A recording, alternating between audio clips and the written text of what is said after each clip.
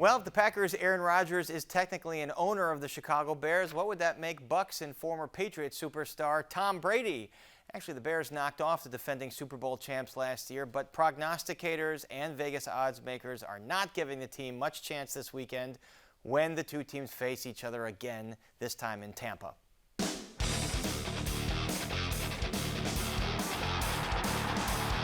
And joining us is James Big Cat Williams, former offensive lineman for the Chicago Bears from 1991 to 2002.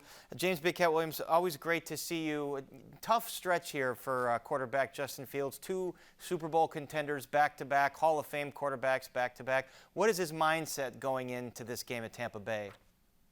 Well, I think you heard him talk about it in some of his pregame talks this week.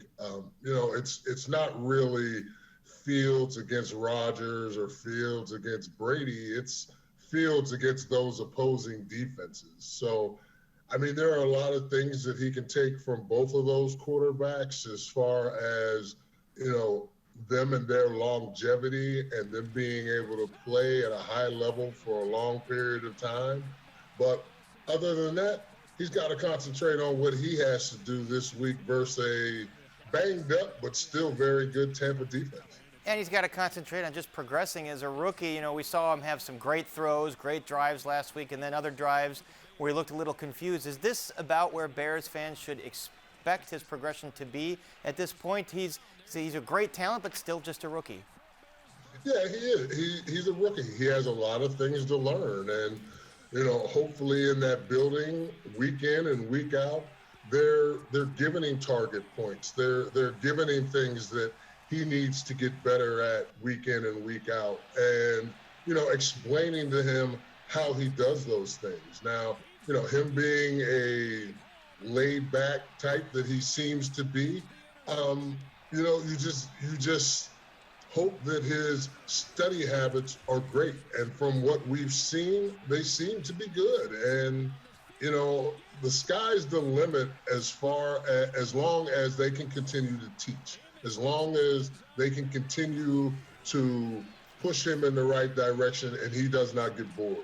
Yeah, a lot of mistakes are like holding on to the ball or throwing that interception when he thought there was a flag called. Aaron Rodgers on the other side last week caused quite a stir when the microphone picked him up yelling at the fans, "I own you, I own you."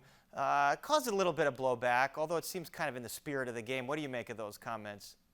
A friend of mine made the comment that he'd have punched him in, he felt like punching him in the face. The ex-player in me feels the same way. I heard it and immediately wanted to punch him right in the throat. But, I understand. I get it. If you don't want him to come out and have the ability to talk that kind of trash, then you've got to beat him. So until you beat him, you have to deal with it.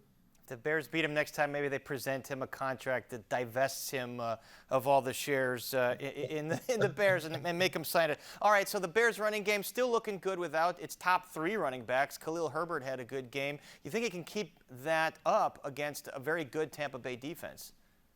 Well, Herbert has looked good. I don't know whether Williams is going to play or not, but the ability for them to rotate backs has kind of gone to the wayside. So you kind of need Herbert to play well. You need him to run the ball hard. You need him to be able to stand in there in pass protection and help protect Fields. You also need him to be, Fields' outlet. And once again, we're talking about, another rookie in that backfield, a rookie quarterback and a rookie back. So, mistakes are going to be made. Can you keep them to a minimum? And how well can that Bears offensive line do against a very formidable Tampa defensive line? And they're going to have to do something because on defense, the Bears are going up against arguably one of the greatest of all time, who seems to be playing better in his 40s than he did in his 20s. So what's the key on defense to containing Tom Brady? Well, you have to use those big guys up front.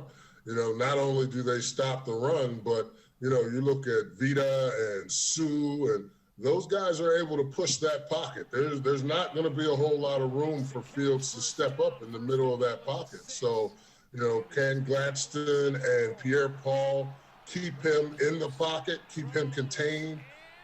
That is going to be their goal. It's the Right. Bears' goal to try and figure out how, to work around that. But what about on defense stopping Tom Brady?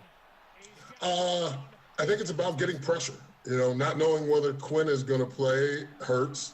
But if they are at full strength, if you have Quinn out there, if you have Mack out there, we don't know what the deal is with Hicks right now, but those guys are able to put pressure on a quarterback. If they can do that and then play a little bit of zone defense behind it and keep those windows small, they stand a chance. But it all depends on that front seven.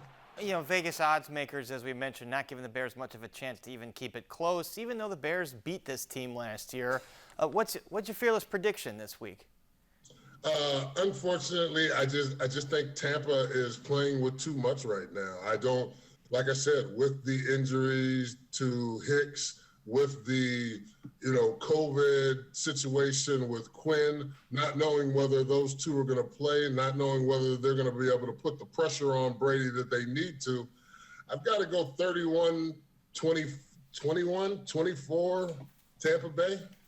Well, maybe they can keep it close then. All right, James Big Cat Williams, thank you as always, and we'll see you next week. Good talking to you, Paris. Thanks. All right, you as well.